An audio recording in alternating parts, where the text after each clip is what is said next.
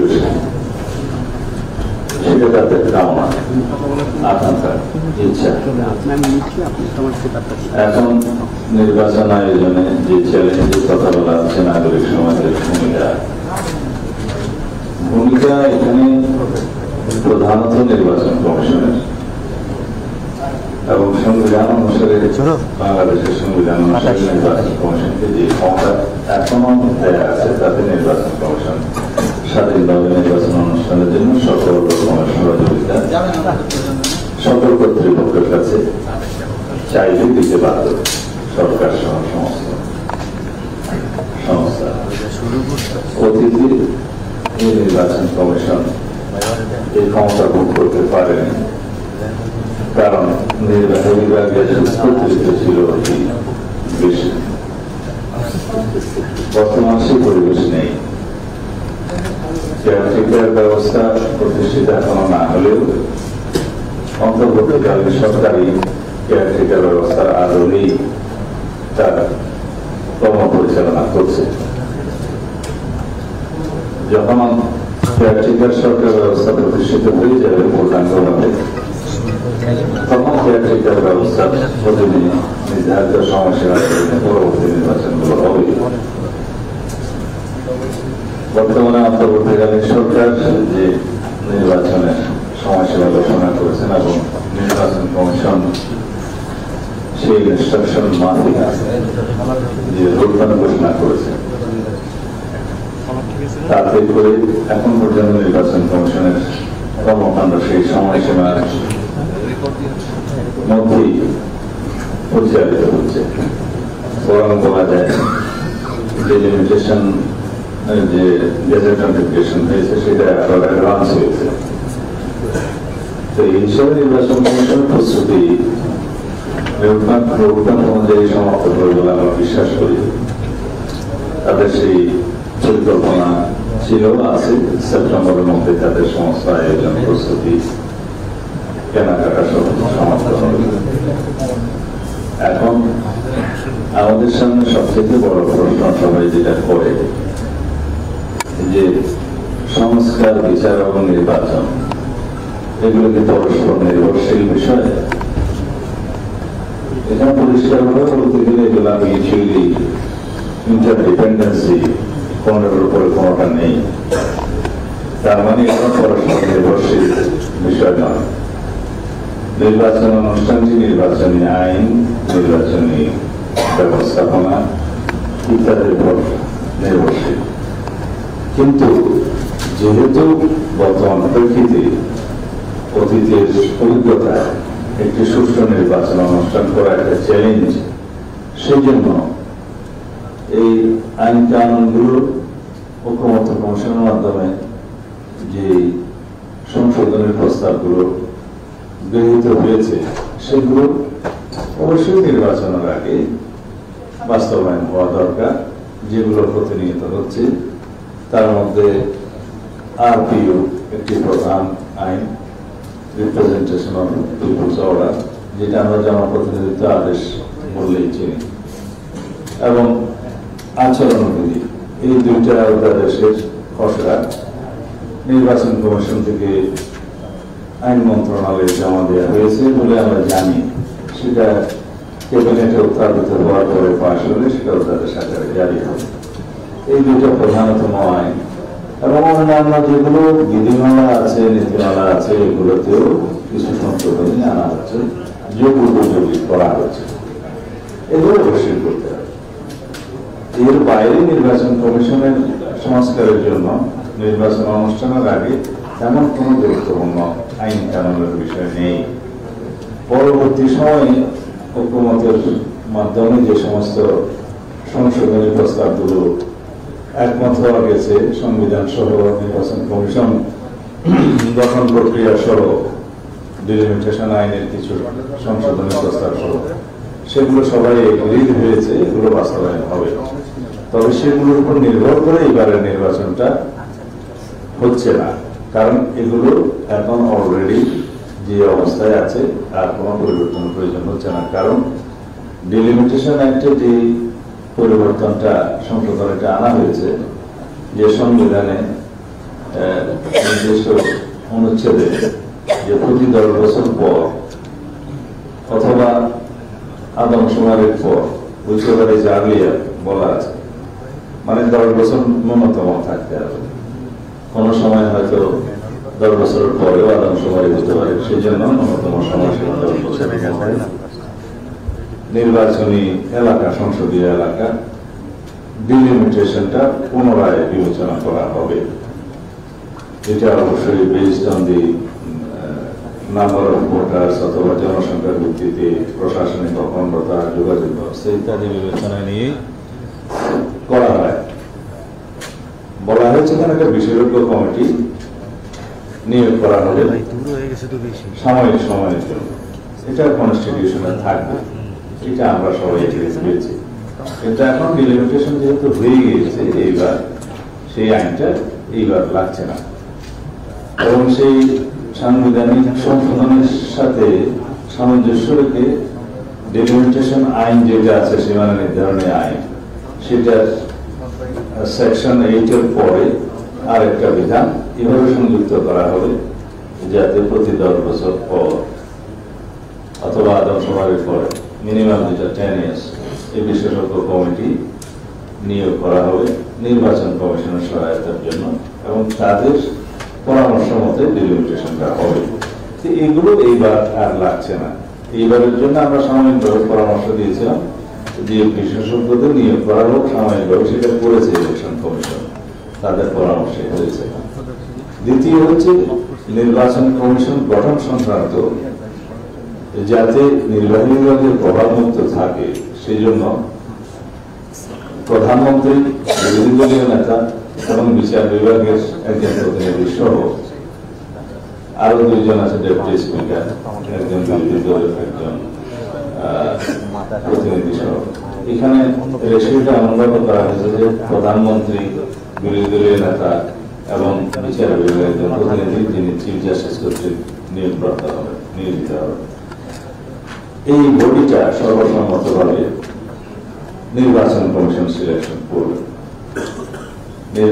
প্রধান নির্বাচন কমিশনার সহ অন্যান্য নির্বাচন কমিশনারদের নিয়োগের জন্য সেক্রেটারি ফাংশনটা দিবে স্পিকার, তিনিও সদস্য, একজন ডেপুটি স্পিকার বিরোধী দল থাকবে, 5 সদস্য আমার যতটুকু মনে আছে সাজেস্ট করা হয়েছে। এই সচিবের দায়িত্ব যখন সিনিয়র অফিস পালন করবে সারা দেশ থেকে যথাযথ প্রক্রিয়ায় একটা নির্ধারিত আইনের মধ্যে কমিশন থাকবে, তারা নির্বাচন কমিশন নিয়োগের জন্য নাম আহ্বান করবেন অথবা সহযোগী কেউ নাম দিতে পারবেন, সেগুলো স্ক্রুটিনি হবে করে সেই নিয়োগ কমিটির কাছে সেটা প্লেস করা হবে।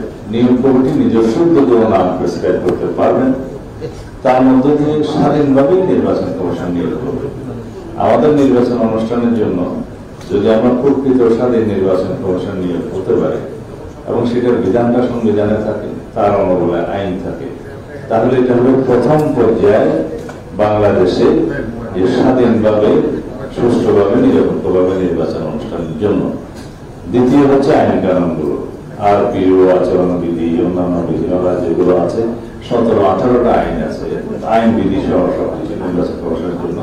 এর বাইরে সাংবিধানিক পরিষদগুলো আছে, এগুলো সবকিছুই নির্বাচন কমিশনের জন্য একটা আইনি একটা রক্ষা কবচ, যে নির্বাচন কমিশন স্বাধীনভাবে নির্বাচন অনুষ্ঠান করতে পারবে এবং সরকার সহ অন্যান্য সমস্ত রাষ্ট্রীয় সংস্থা নির্বাচন কমিশনকে সহায়তা করতে বাধ্য। সেকেন্ড হচ্ছে নির্বাহী বিভাগের যে হস্তক্ষেপ অতীতে ছিল, সেটা থেকে মুক্তি হওয়ার জন্য কেয়ারটেকার সরকারের বিধান, যেটা সমগ্র জাতি একমত, এবং এই তত্ত্বাবধায়ক সরকার পদ্ধতি পুনর্বহালের জন্য দীর্ঘ 16-17 বছরের যে সংগ্রাম, সেটা এই জাতিতে আর কোনো দ্বিমত নেই যে তত্ত্বাবধায়ক সরকার ব্যবস্থা পুনঃপ্রতিষ্ঠা করার বিষয়। সেটা এখনই বহাল হয়েছে আমি বলবো না। জাতীয় সংসদ গঠিত হলে লেজিসলেচার স্বাধীনভাবে কেয়ারটেকার সরকারের বিধানাবলী সংশোধন করবে, জাতীয় ঐক্যমতের ভিত্তিতে এবং ব্যাপক আলাপ আলোচনার মধ্য দিয়ে অতীতের যে বিধানগুলো আছে সেই বিধানের মধ্যেও কিছু কিছু বিষয়ে আমরা সংসদে নানা বিষয়ে একমত হয়েছে। যেমন জুডিশিয়ারি নির্ভরশীল তত্ত্বাবধায়ক কমিশন থাকা ঠিক হবে না, তার বাইরেও কি কি বিধান আনা যায় সেগুলোর বিষয়ে একটা একমত হওয়া গিয়েছে। কিন্তু পূর্ণাঙ্গভাবে এখন সব বিষয়ে তত্ত্বাবধায়ক সরকারের বিধানাবলী কিভাবে সংশোধিত হবে সে বিষয়ে পূর্ণাঙ্গভাবে একমত হওয়া যায়নি। কিছু বিষয়ে জাতীয় সংসদের বিবেচনার জন্য আমাদের পক্ষ থেকে বলা হয়েছে। এটা এই জন্যই বললাম, যদি কেয়ারটেকার সরকার ইন প্লেস হয়, প্রকৃত স্বাধীন নির্বাচন কমিশন হয় এবং ইন্ডিপেন্ডেন্স অফ জুডিশিয়ারি এনশিওরড হয়, ফ্রিডম অফ প্রেস এখন যেভাবে স্বাধীনতা প্রাপ্ত হয়েছে এটা যদি বহাল থাকে, তাহলে এই চারটাই সুষ্ঠু স্বাধীন নিরপেক্ষ নির্বাচন অনুষ্ঠানের জন্য এবং গণতন্ত্রের জন্য রক্ষা কবচ হবে। চাইলেও কোন পার্লামেন্ট আর ফেসিবাদী আচরণ করতে পারবে না এবং চাইলেও সেরকম কোন পার্লামেন্ট গঠিত হবে না এই প্রক্রিয়ার মধ্য দিয়ে। যদি independence of judiciary, freedom of press, প্রকৃত স্বাধীন নির্বাচন কমিশন এবং কেয়ারটেকার সরকার, এই চারটা প্রতিষ্ঠিত, যেটা প্রায় আমরা কাছাকাছি এসে গিয়েছি প্রতিষ্ঠা। কেয়ারটেকার সরকার প্রতিষ্ঠিত হবে ইনশাআল্লাহ। নির্বাচন কমিশনের যে সংস্কারগুলো সংশোধনের কথা বললাম সেটা সবাই একমত হয়েছে, এই বিষয়ে কোনো নোট অফ ডিসেন্টও নাই, সবাই একমত হয়েছে। আর থাকলো কেয়ারটেকার বিষয়ে সবাই একমত। গঠন প্রণালী নিয়ে কিছুটা বিতর্ক আছে, সেটা পরবর্তীতে সমাধান হতে পারে। সব বিষয়ে একমত, শুধু তিনটা গঠন প্রণালীর সিস্টেমের মধ্যে একটি বিষয়ে একটু দ্বিমত আছে, আর ফ্রিডম অফ প্রেস। তো এরপরে নির্বাচন অনুষ্ঠানের জন্য আমাদের কোন রকমের চ্যালেঞ্জ তেমন একটা মোকাবেলা করতে হবে না। কিন্তু বর্তমান সময়ের জন্য চ্যালেঞ্জ আছে। সেই চ্যালেঞ্জটা কি? আমরা এখনো ফেসিবাদ মুক্ত হলেও নিজেদের মধ্যে গণতান্ত্রিক প্রক্রিয়ায় উত্তরণের বিষয়ে এখনো ঐক্যমত্য হয়তো পোষণ করতে পারিনি। সময় আছে, এর ভিতরে আশা করি সবাই আলাপ আলোচনার মধ্য দিয়ে আমরা সেই ঐক্যমত্যে পৌঁছাতে পারব। আমরা আগামী ফেব্রুয়ারির প্রথমার্ধে নির্বাচন অনুষ্ঠানের জন্য সব দল একমত, এ বিষয়ে কারো কোনো দ্বিমত নেই, আজ পর্যন্ত নেই। দ্বিতীয় বিষয় হচ্ছে যে সংস্কার কর্মসূচি বাস্তবায়নের মধ্য দিয়ে নির্বাচন অনুষ্ঠান হবে কিনা, এবং বিচারের বিষয়টা এখন আর কেউ বলছে না, কারণ সবাই ইতিমধ্যে বুঝে গিয়েছে। আমরা বলেছি যে বিচার কোনো কন্ডিশনাল বিষয় নয়, বিচারের জন্য কোনো সময়সীমা নির্ধারণ করে দেওয়া যায় না, তাহলেও বিচার হবে। সুতরাং বিচার কার্যক্রম জুডিশিয়ারের মধ্য দিয়ে স্বাধীন জুডিশিয়ারের মাধ্যমে পরিচালিত হবে এবং যে সরকারে আসুক তাকে সেই বিচার প্রক্রিয়া কন্টিনিউ করতে হবে। এবং ইন্ডিপেন্ডেন্স অফ জুডিশিয়ারি যেহেতু প্রায় এনশিওর হয়ে গেছে, আমি বলবো বাকিটাও হয়ে যাবে। সুতরাং সেই বিচারের বিষয়ে রাজনৈতিকভাবে আমরা বক্তব্য দিতে পারি, কিন্তু কোন রকমের কম্পালশন সৃষ্টি করা আমাদের উচিত হবে না। তৃতীয় থাকলো সংস্কার। এই সংস্কারের বিষয়ে আমাদের অনেক রকম বক্তব্য আছে যে এখনই বাস্তবায়ন করতে হবে, এই বাস্তবায়ন যোগ্যগুলা, এ বিষয়ে কারো দ্বিমত নেই।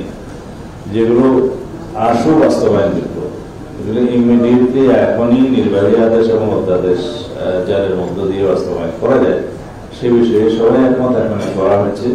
এটা প্রতিনিয়তই হচ্ছে, তবে স্পিড আরো বাড়াতে হবে, এটা সরকারের দায়িত্ব।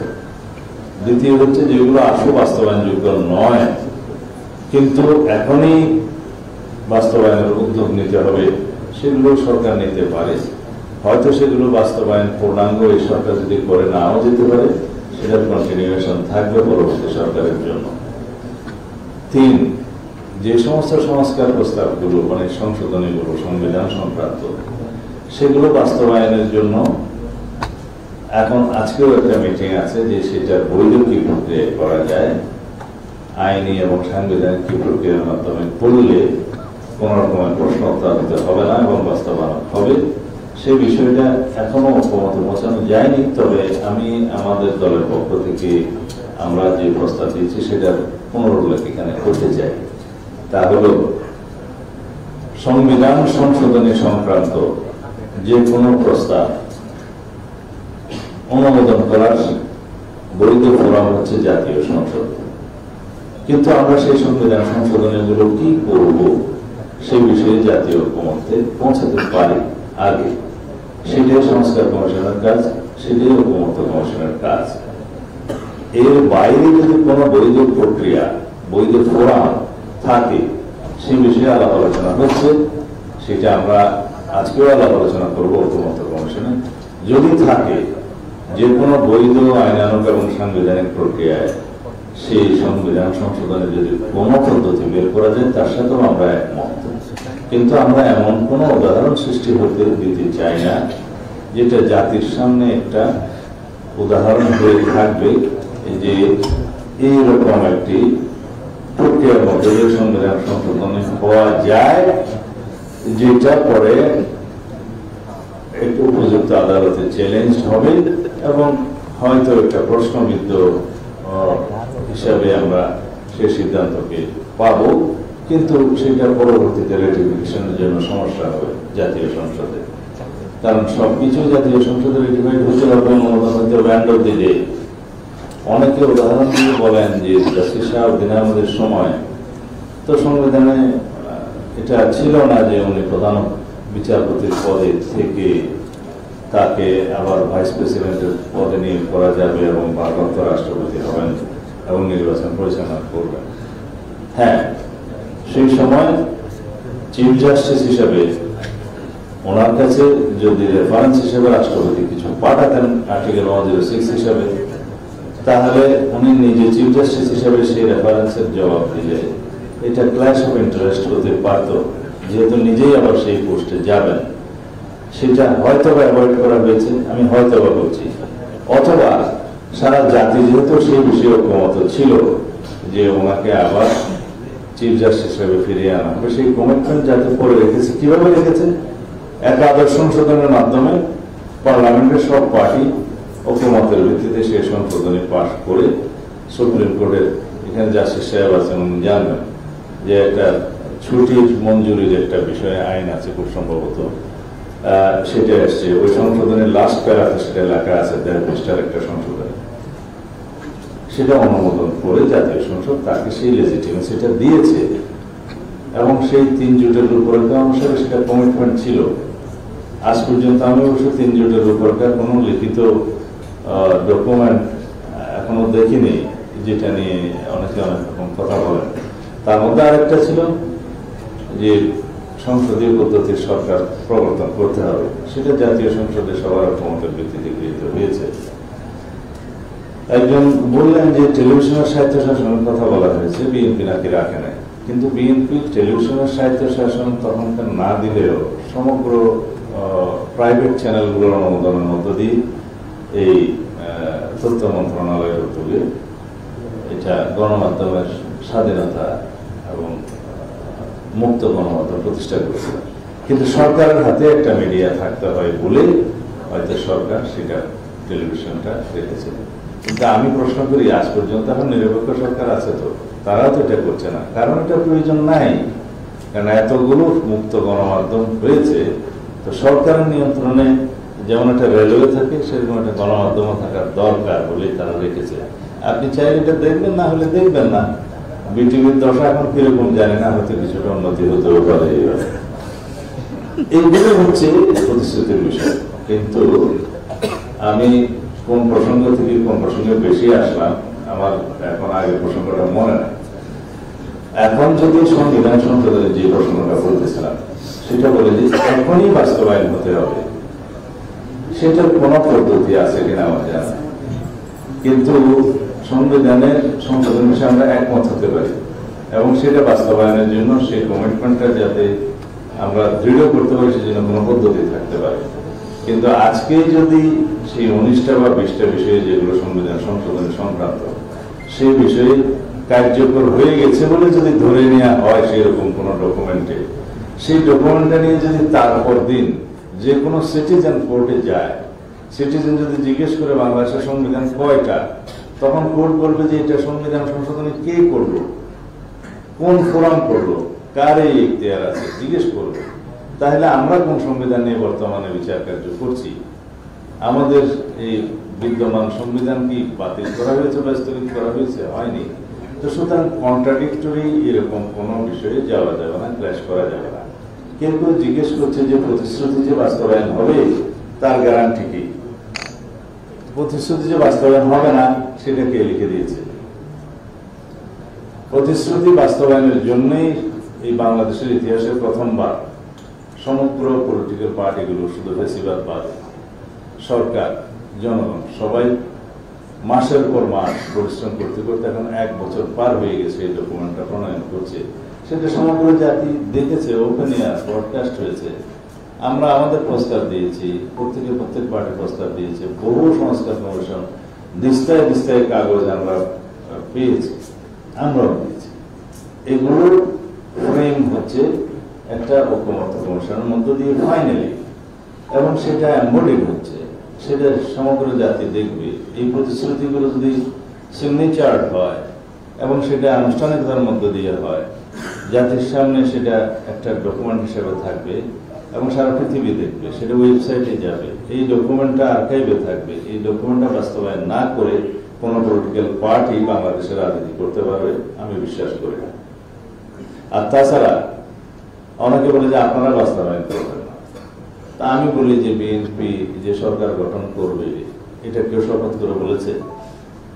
আমাদেরকে কেন দায়ী করে? আমি বলবো যারা জাতীয় সংসদে প্রতিনিধিত্ব করবেন, শব্দটা ওইভাবে হওয়া উচিত, যারা জাতীয় সংসদে প্রতিনিধিত্ব করবেন সামনে, তারাই সবাই মোরালি অব্লিগেটেড থাকবে এটা বাস্তবায়নের জন্য এই সনদের মধ্যে দিয়ে।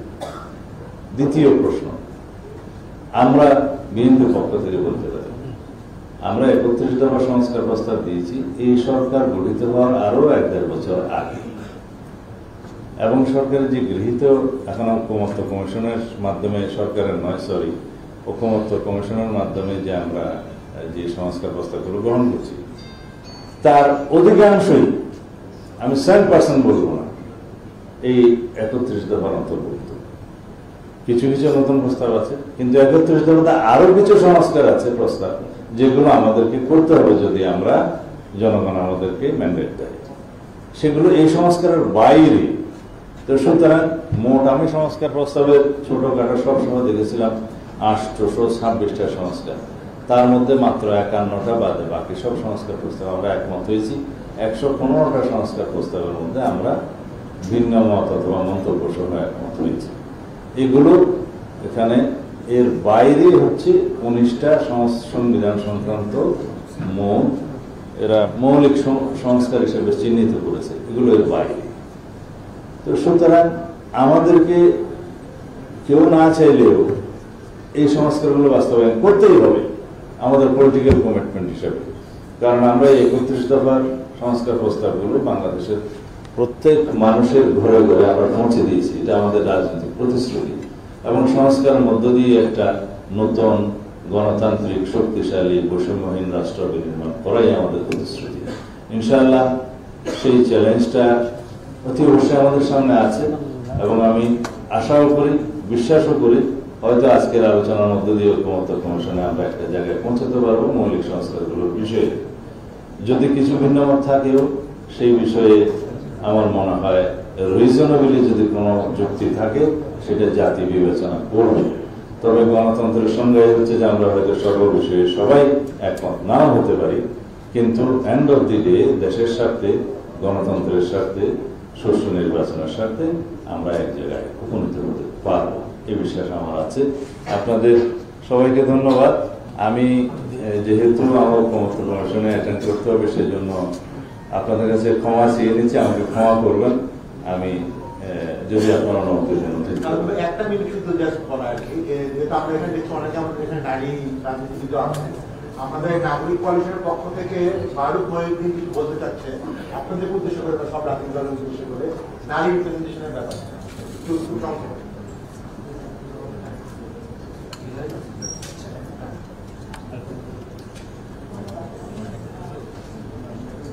তোমার মাইকটা দিয়ে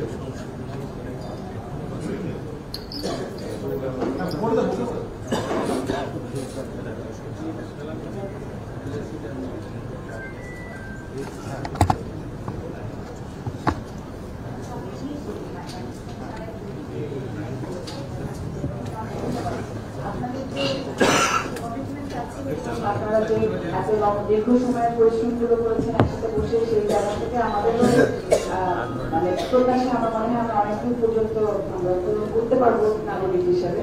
তো যে জায়গাটা বোধ হয় কিছুটা আমাদের নারীদের নিশ্চিত যে আমাদের নারী রাজনৈতিক দিকটাও এখানে আছেন অনেকে, তো তারাও নিশ্চয়ই তাদের জায়গা থেকে বলবেন। আমাদের একটা কমিশনের সাথে গত পরশুদিন নারী রাজনৈতিক অধিকার ফোরাম থেকে আমরা বসেছিলাম এবং সেখানে আমরা আমাদের আশা ব্যক্ত করেছি যে এখন পর্যন্ত খসড়ায় যে 5% যে নমিনেশনের কথা বলা হচ্ছে, এটা আমরা মনে করি যে একটা গণ অভ্যুত্থানের পরে আমরা যে বাংলাদেশে এসে উপনীত হয়েছি, এখানে এটা বোধহয় নারীদের জন্য যথেষ্ট মর্যাদাপূর্ণ নয়। তো এখানে আমরা বিএনপি সহ আমরা সমস্ত রাজনৈতিক দলগুলোর কাছ থেকে আমরা প্রত্যাশা করি যে এই জায়গাতে আপনারা আবার একটু ফেরত যাওয়ার একটা সুযোগ পাবেন এবং কথাগুলো যদি সম্ভব হয়। আমরা মনে করি যে এখানে অনেক নারীরা আছেন, আমরা জাতীয় নির্বাচনে করেছি যে অনেকজন নারী কিন্তু সামনে চলে এসেছেন, সরাসরি নির্বাচনে চলে এসেছেন। তো সেখানে মনোনয়নের যদি আপনাদের তরফ থেকে একটা জোরালো ভূমিকা আমরা সত্যি আশা করি, আমার মনে হয় যে এটা আমাদের দেশ প্রস্তুত আছে, নারীরা প্রস্তুত আছে, শুধু একটু সুযোগের পরিস্থিতি তৈরি হলেই এবং সরকারের দিক থেকে সদিচ্ছা আছে যে তাদেরকে হয়তো ক্যাম্পেইনের জন্য যদি কোনো সহায়তা দেওয়া সম্ভব হয়। তো এই সবগুলো পরিস্থিতি আমার মনে হয় যে সদিচ্ছা থাকলে আপনাদের দিক থেকে সদিচ্ছা থাকলে এবং সরকারের। আমি আপনার প্রশ্নটা বুঝতে পেরেছি, সদিচ্ছার কথাটা প্রকাশ করে দিই, অবশ্য জবাবটা ওনারাই দেওয়া উচিত। বিএনপির পক্ষ থেকেই 5% প্রস্তাব করা হয়েছে, অন্য কোনো দলের পক্ষ থেকে নয়। এইবার সংশোধনী হওয়ার আগে, সংবিধানের সংশোধনী হওয়ার আগেই এই আসন্ন নির্বাচনে 5% সরাসরি মনোনয়ন দেওয়ার জন্য আমাদের এই প্রস্তাব ছিল 300 আসনের মধ্যে। এবং সংসদ গঠিত হলে যে সংবিধানের সংশোধনী আসবে সেই জায়গায় এটা 10% উল্লেখ করা হয়েছে এবং সবাই এগ্রিড হয়েছে, কেউ কেউ নোট অফ ডিসেন্ট দিয়েছে। অবশ্য সেই 10% আসলে তখন 30টা সিট হবে, কিন্তু বিদ্যমান 50টা সংরক্ষিত আসন থেকেই যাচ্ছে, তখন সেটা হবে 80টা। এই 80 সিটের অভিজ্ঞতার প্রেক্ষিতে পরবর্তী সংসদের জন্য বলা হয়েছে 5% করে বাড়বে, তখন আরো 5% হলে প্রায় এটা 100-র কাছাকাছি যাবে। তো এইভাবে বলা হয়েছে 33% পর্যন্ত, যতদিন পর্যন্ত উন্নীত না হচ্ছে ততদিন এটা রিজার্ভ 50 সিটটা থাকবে এবং 33% উন্নীত হলে তখন সেটা আর লাগবে না। আমাদের প্রস্তাবিত 100 আসন উন্নীত করার মহিলাদের নারী আসনটা এইবার, তা এখন গ্রাজুয়ালি না গেলে অন্যান্য রাজনৈতিক দলের মতামতও নিতে হবে, তাদেরকেও একসাথে নিতে হবে এবং আমাদের সমাজের মানে রাষ্ট্রের নারী সমাজের অগ্রগতির বিষয়টাও আমাদেরকে নজরে রাখতে হবে। বিশ্ববিদ্যালয়ের ইলেকশনের কথা বললেন, বিশ্ববিদ্যালয়ের ইলেকশন আর জাতীয় সংসদের গ্রাম পর্যায়ের ইলেকশন এক নয়। এখানে আমাদের দেশের সামাজিক বাস্তবতা হচ্ছে এখনো পর্যন্ত প্রায় 90%-এরও বেশি মহিলা পর্দানশীল বলা যায়। আমরা তো নির্বাচন করে মাঠে ঘাটে হাঁটে জানি, বাড়ি থেকে বেরোতে চায় না। আমরা 33% মহিলা participation in all committees in all levels এখনো করতে পারেনি, 10%ও করতে পারেনি, বিকজ পাওয়া যায় না। তো সমাজের অগ্রগতি, নারী সমাজের অগ্রগতি, শিক্ষার অগ্রগতি, সামাজিক বাস্তবতা, আমাদের সোশ্যাল কালচার, রিলিজিয়াস কালচার, এগুলো তো মাথায় রাখতে হবে। সবাই তো আপনার তো সিদ্ধা মিলনায়তনে এসে বসার সুযোগ নাই বাংলাদেশের নারীদের। তো যেদিন এই অগ্রগতিটা আসবে, এই গ্রাজুয়ালি আশা করি আসবে, সেদিন আমরা সরাসরি ইলেকশনের ক্ষেত্রে ওই 33% যেদিন উঠবে আর কি, সেদিন রিজার্ভ সেটা লাগবে না, সেই পর্যায়ে যেতে একটু সময় লাগবে। তা আমার মনে হয় যেহেতু সমস্ত পলিটিক্যাল পার্টিগুলোকেও অ্যাকোমোডেট করতে হচ্ছে এবং সামাজিক বাস্তবতা, আমাদের ধর্মীয় বাস্তবতা, সামাজিক কালচার, রিলিজিয়াস কালচার সবকিছু মাথায় রেখে বাংলাদেশের বাস্তবতায় আমরা গ্রাজুয়ালি যাই, তাহলেই সেটা সাস্টেইনেবল হবে। 10% দিয়ে শুরু করতেন তাহলে ভালো। আচ্ছা, আমাদের প্রস্তাব ছিল, কিন্তু তো ঐকমত্য কমিশনে অন্যান্য পলিটিক্যাল পার্টিগুলোর কথাও তো শুনতে হয়েছে, সবাইকে অ্যাকোমোডেট করতে হয়েছে। এখন before the amendment of the constitution এটা কম্পালশনও করা যাচ্ছে না, এটা জাস্ট আহ্বান জানানোর মতো সনদের মধ্যে দিয়ে। যেহেতু পার্লামেন্টে যাওয়ার পরে 10% অ্যামেন্ডমেন্ট হবে, তখন এটা কম্পালশন হবে। তখনও অনেক আলাপ আলোচনা হবে, তখনও আপনারা মতামত দিতে পারবেন যদি সংসদ গঠিত হয়। তখন হয়তো আরো সুযোগ থাকবে সেটা বৃদ্ধি করার। I hope so. এখন আমার অ্যাডভান্স বলা ঠিক হবে না। Thank you very much. আসসালামু আলাইকুম।